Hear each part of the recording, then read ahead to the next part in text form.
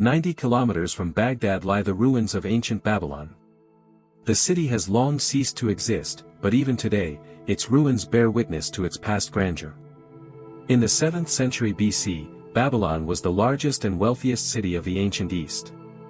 There were many wondrous structures in Babylon, but the Hanging Gardens of the royal palace were the most astonishing of all. Legend connects the creation of these famous gardens with the name of the Assyrian queen Semiramis. Diodorus and other Greek historians recount that the Hanging Gardens in Babylon were built by her. However, up until the beginning of our century, the Hanging Gardens were considered pure fiction. Semiramis herself, or rather, her biography, was the primary reason for this. Semiramis is a historical figure, but her life is legendary.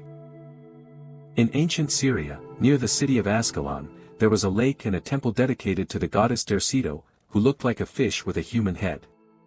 An angered Aphrodite forced Derceto to fall in love with a common youth. She gave birth to his daughter, but out of shame, she killed her lover and disappeared into the lake. The infant was saved by doves, they kept her warm, brought her milk, and later, cheese. Shepherds noticed the disappearance of the food, tracked the birds, and found the girl. She was handed over to Simas, the overseer of the royal herds, who raised her as his own and named her Semiramis, which means, dove.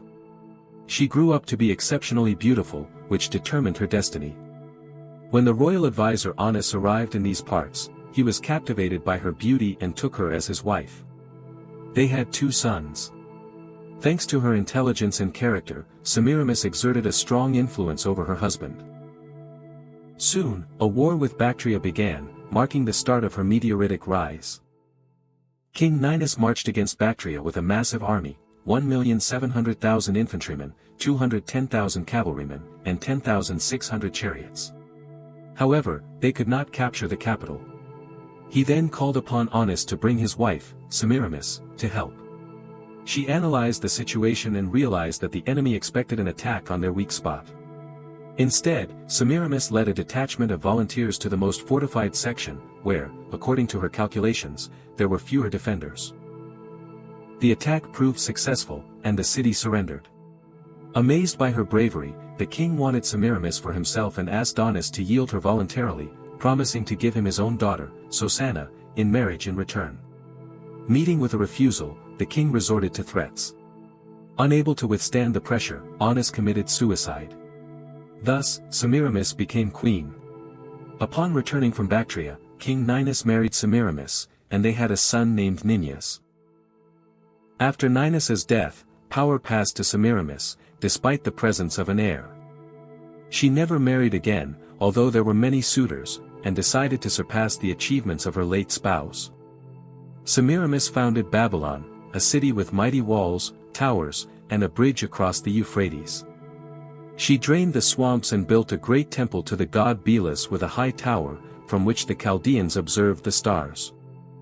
She also ordered the creation of a gigantic statue of Belus and built numerous temples and cities. Furthermore, a road was laid under her rule through the ridges of the Zagros Mountains into Lydia. There, she founded the capital, Ecbatana, with a luxurious palace, and brought water to the city via a tunnel from mountain lakes. Semiramis initiated the 30 Years' War, conquering Media, Persia, Egypt, Libya, and Ethiopia. She won victories and expanded the empire, filling it with slaves. Only in India did her army suffer a heavy defeat, losing 3/4 of its troops. Despite being wounded, Semiramis did not give up, but upon returning to Babylon, she received a sign from heaven to abandon the war. She complied and began to rule peacefully.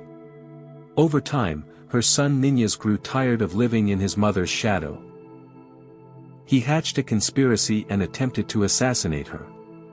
Semiramis voluntarily handed the throne over to him, then walked out onto the balcony, transformed into a dove, and ascended into immortality.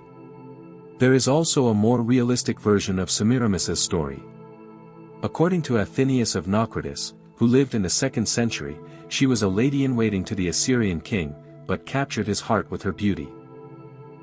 Convincing the king to grant her absolute power for just 5 days, she dressed in royal robes and held a grand banquet, where she won the support of the nobility and military commanders.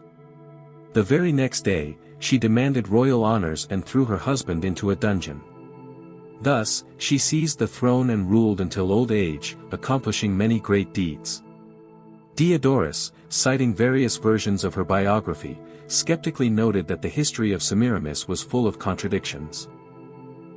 Nevertheless, she was a real historical figure, albeit one surrounded by legends.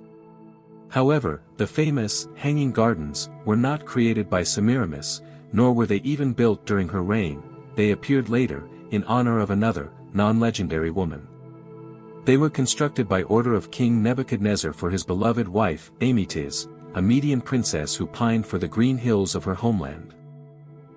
One of history's most fearsome conquerors, Nebuchadnezzar simultaneously transformed Babylon into an impregnable and luxurious capital. Nebuchadnezzar erected his palace on an artificially created platform, raised to the height of a 4-story building. In the northeastern section lay the Hanging Gardens, terraces built upon vaulted structures supported by massive pillars. The foundation of the terraces consisted of stone slabs covered with reeds and asphalt, followed by a double layer of brick laid in gypsum, and above that, lead plates to retain moisture. Fertile soil was piled on top, in which trees and flowers were planted. The tiers of the gardens were connected by wide staircases made of pink and white stone, and their height, nearly 28 meters, ensured the plants received plenty of sunlight. Hundreds of slaves worked around the clock to raise water from the Euphrates using a lifting wheel. These gardens became a true wonder of the world in the scorching heat of Babylonia. But during the period of Persian dominance, Nebuchadnezzar's palace fell into neglect.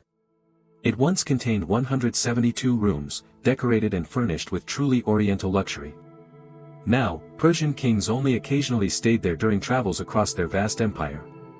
In the 4th century, however, this palace became the residence of Alexander the Great.